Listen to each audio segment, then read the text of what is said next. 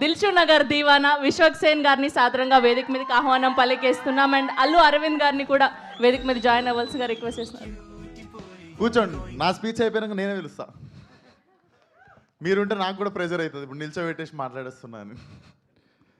So చాలా రోజులు అయింది. మీడియా మిత్రులందరికీ నమస్తే. అందరు బాగున్నారా? సో ఏం వాసు, ప్రొడ్యూసర్ అయినాక స్మార్ట్ అయినావు నువ్వు. యూజువల్లీ రివర్స్ ఉంటుంది సార్. సినిమాలు ప్రొడ్యూస్ చేసే కొద్దీ ఎండిపోయి నవ్వు మాయమైపోయి జుట్లు ఊడిపోయి ఇట్లుంటుంది పరిస్థితి. కానీ అల్లు అరవింద్ గారి గ్యాంగ్ ఒకటి హ్యాండ్సమ్ ప్రొడ్యూసర్స్ గ్యాంగ్ అనమాట. అట్లా సార్ ఎస్కేఎన్ గారు, బన్నీవాస్ గారు, ధీరజ్ గారు, ఇప్పుడు వాసు ప్రొడ్యూస్ చేసే కొద్దీ ఊడిపోవాలి, కానీ ప్రొడ్యూస్ చేసే కొద్దీ ఇట్లా.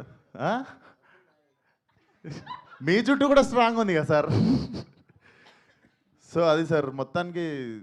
అవును సార్, ఏం సార్ ఏమన్నా పగనా సార్? నేనంటే ఎక్కడ ఆడిషన్ గీత ఆడితే నేను వచ్చిస్తా సార్, మళ్ళీ ఫస్ట్ సినిమా లెక్క ఆడిషన్ ఇస్తా సార్.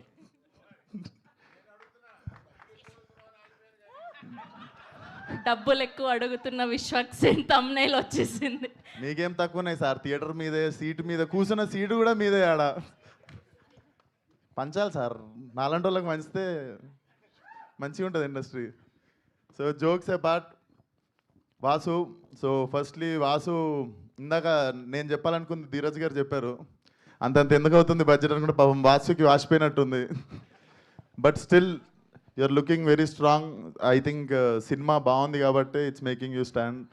అండ్ అది చాలాసార్లు అర్థమవుతుంది, మనం తీసిన సినిమా మీద ఏం డౌట్లు లేనప్పుడు, లేదా అరే అది చేసి ఉంటే బాగుండు, ఇది చేసి ఉంటే బాగుండు అన్న ఫీలింగ్ లేనప్పుడే ఇట్లా ఒక టీమ్ కాన్ఫిడెంట్గా నిల్చొని ఉంటుంది. So all the best to the whole team.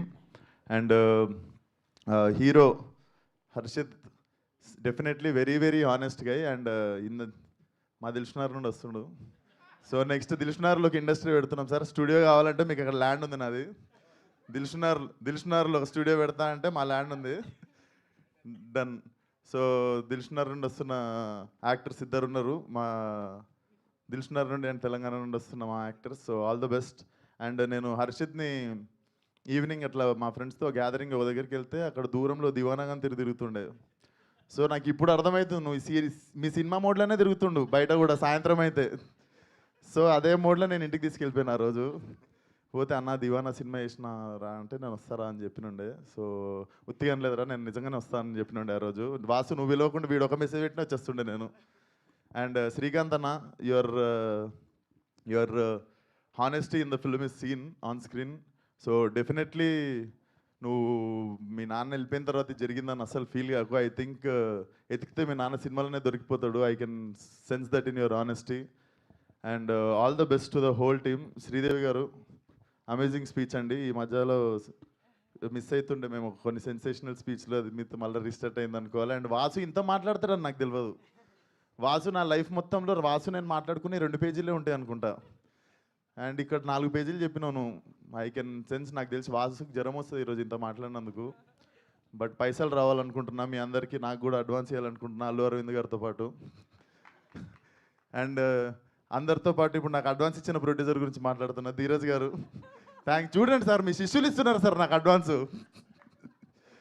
So Deewana should be a blockbuster definitely. Harshit జర లవర్ బాయ్లో కరువు అవుతుందంటే నేను కూడా మెల్ల స్మార్ట్ అయినా, నువ్వు కూడా వచ్చేసినావు. సో యూ కెన్ సీ కొంచెం లవర్ బాయ్స్ దగ్గరని చెప్పి అనుకుంటుంటే ఇప్పుడు గర్ల్స్ అందరికీ హర్షిత్ వస్తున్నాడు ఇప్పుడు. So all the best to the whole team. And Eshwar గారు అద్భుతమైన మ్యూజిక్ ఇచ్చారు. 40 స్పీకర్ల కాన్సెప్ట్ చాలా బాగుంది సార్. నేను కూడా ఎప్పుడన్నా మీకు పెడతా 40 స్పీకర్లకు పని. And Krishna master, how are you? Super.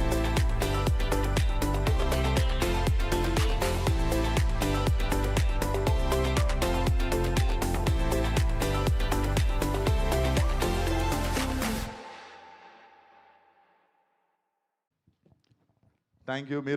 మీరు అసలు మీకు చిన్న సినిమా, పెద్ద సినిమా, ఆ సినిమా, ఈ సినిమా ఏం లేదు, ప్రతి సినిమాని జబర్దస్త్ ప్రమోట్ చేస్తారు. కాదు, అక్కడ కూడా వన్ సైడెడ్ లవ్ స్టోరీ, అబ్బాయిలే గొప్ప అన్నారు. కనీసం అమ్మాయి గురించి ఒక్క విషయం నేను చెప్పాలి. ఎవరు గొప్పను చెప్పాలి? చెప్పండి. తప్పు లేకుండా సారీ చెప్పేటోడు గొప్ప. ఫెంటాస్టిక్ అసలు.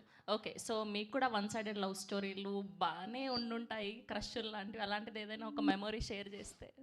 లైఫ్ అంతా వన్ సైడే సరిపోయిందండి. ఒక్క మెమరీ చెప్పండి. నేను 10th క్లాస్లో డిపిఎస్ అని ఢిల్లీ పబ్లిక్ స్కూల్ కాదు, దిల్షునర్ పబ్లిక్ స్కూల్ ఇది. సో మా డాడీ బైక్ దొంగతనంగా తీసుకొని డిపిఎస్ బయటకు పోయి బండి ఆపుకొని 1 year చూసినా కానీ అమ్మాయితో మాట్లాడలే 1 year.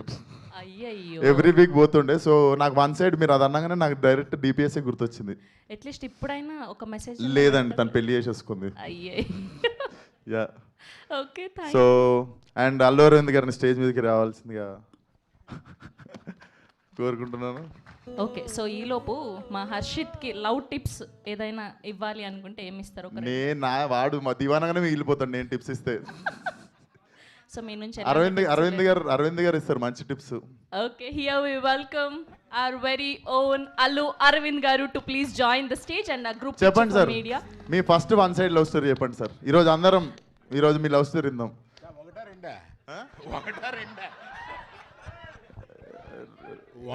రెండోది ఇప్పటికి స్విచ్ ఆన్ ఉందా సార్? వన్ సైడ్ అన్న తర్వాత ఎన్నన్నా ఉంటాయి. ఇప్పుడు ఒకటేనా సార్? ఇప్పుడు ఒకటే, సారీ. పర్లేదు, నా వయసుని బట్టి అడుగుతున్నాం అనుకోవట్లాగా. అంతే కదా సార్, మనం యూత్. ఇవాళ ఏముందా, ఇవాళ లవ్ బిగిన్ అవుద్ది.